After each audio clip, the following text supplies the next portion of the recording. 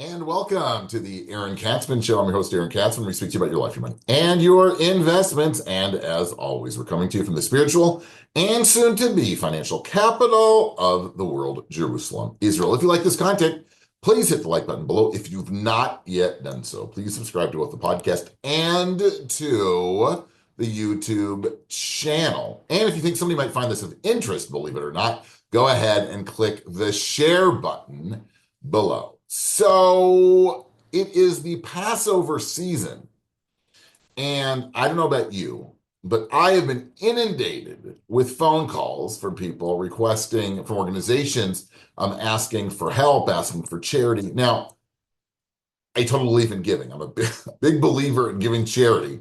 I'm also a big believer in helping those less fortunate, people who really, really need help.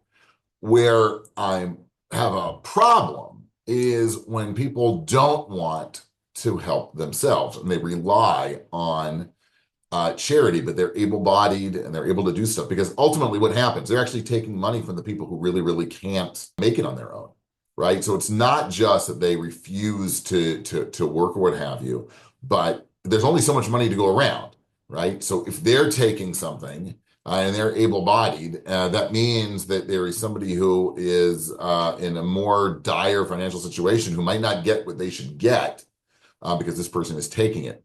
I was learning in the tractate of Psachim, which deals with Passover, and two fascinating statements I saw literally today, and that was my inspiration for this video. Rav said to Rav Kahana, skin a carcass in the market and take payment, but do not say, I am a priest or I am a great man, and this matter disgusts me. What does that mean? What is he saying? Well, he's saying that better to do even the most menial of jobs than to say, oh, I'm too good for that, right? I'm too good and it's beneath my dignity to do that kind of work, right? And I'd rather rely on other people giving me charity than doing that kind of work. And I thought, oh my God, that's perfect. And then just a few lines later on, the same somebody else, Rabbi Yochanan, said, it is better to make your Sabbath like an ordinary weekday and do not be beholden to other beings. What does that mean? Well, that means on the Sabbath, there's sort of like a special, I don't want to say it's a law, but there's like a thing, right, to spend more money. So you'll have nicer foods and delicacies and what have you. And what he's saying is that if you don't have the money, then you should treat it like any other day, where you do what you can to get by. It might be you have some bread, or you have a yogurt and some water, right? You don't go crazy. And those two principles spoke volumes to me today, because we just see it all around us. I mean, I think it was a couple of weeks ago, I was counseling somebody who was in debt. But I said, why don't you deliver pizzas? Oh, I know what it was. Yeah, it was somebody who had a bunch of student loan debt. And I was telling him, it was somebody in America, but this speaks to everybody. He'd gotten my name through a friend, long story. Lots of student loan debt. And in between jobs, or just started a new job that wasn't paying so much, certainly not enough to get rid of like I don't know what it was, $100,000 of student loan debt. So I said, why not, if you're serious about this, we'll get another job, right? Deliver pizza. And he said, what do you mean deliver pizza? I studied computer science. I'm not going to deliver pizza. And that's exactly what we just read in the Talmud, right? Don't say that, because ultimately you're never going to get yourself out of debt, right? The first step of being financially responsible, right? I'm not even talking about getting out of debt, saving, just standing on your own 2 feet, is working, okay? Not relying on others, right? Why should I, right? I, the royal I, right? The all of us, I. Because because beneath you to deliver pizza, why should I have to fund your lifestyle?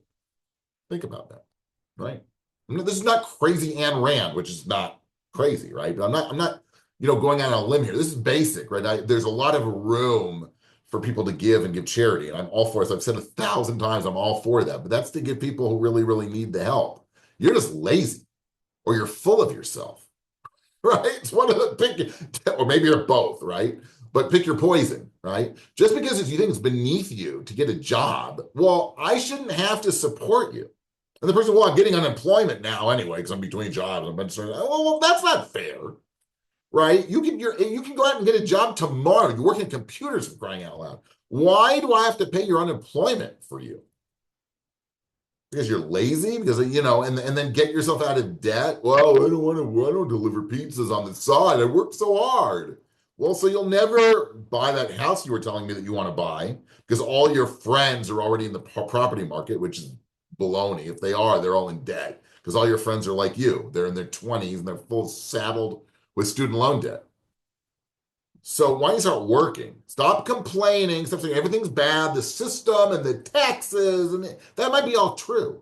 But it's not going to help, right? Sitting and whining about it isn't going to put more money into your bank account. It never does. And it just sours your mood. Deal with whatever obstacles there are out there, right? It might be a bad boss. It might be taxation, regulation. I don't know, whatever it is, but you have two choices. Either you can tackle those issues or you can whine and complain about them. Tackling them will get you success. Whining and complaining about them gets you nowhere other than to continue to bellyache and have just a sour attitude. So work and work more, right? If you already have a job, but you have a goal, right? It's to get out of debt. It's to buy a house. It's whatever it is to do. So take another job for a little bit. It's not the rest of your life. Nobody's telling you for the rest of your life you have to work for 20 hours a day. But for a little bit of time to solve whatever financial problem you may have, so take another job. It's not beneath you. It's totally not beneath you. And don't spend money even on special days.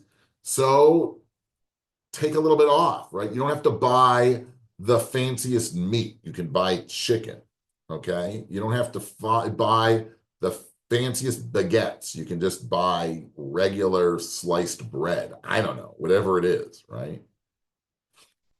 It's not that hard, okay? But swallow your pride. So sometimes it means you have to swallow your pride.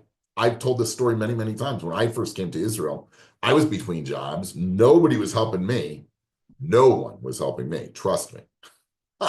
I cleaned toilets. I cleaned people's houses. Okay. Was that beneath me?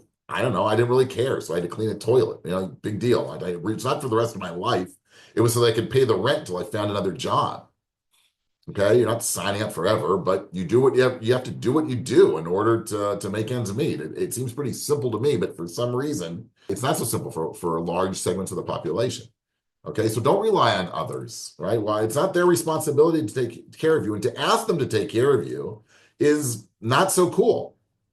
Okay, so work's a good thing. It's one of the 4-letter words, which is good. Okay, you've been tuning into the Aaron Katsman Show. We speak about your life, your money, and your investments. If you like this content, please hit the like button below. If you've not yet done so, please subscribe to both the YouTube channel and to the podcast. Thanks so much for tuning in, and we will speak to you soon.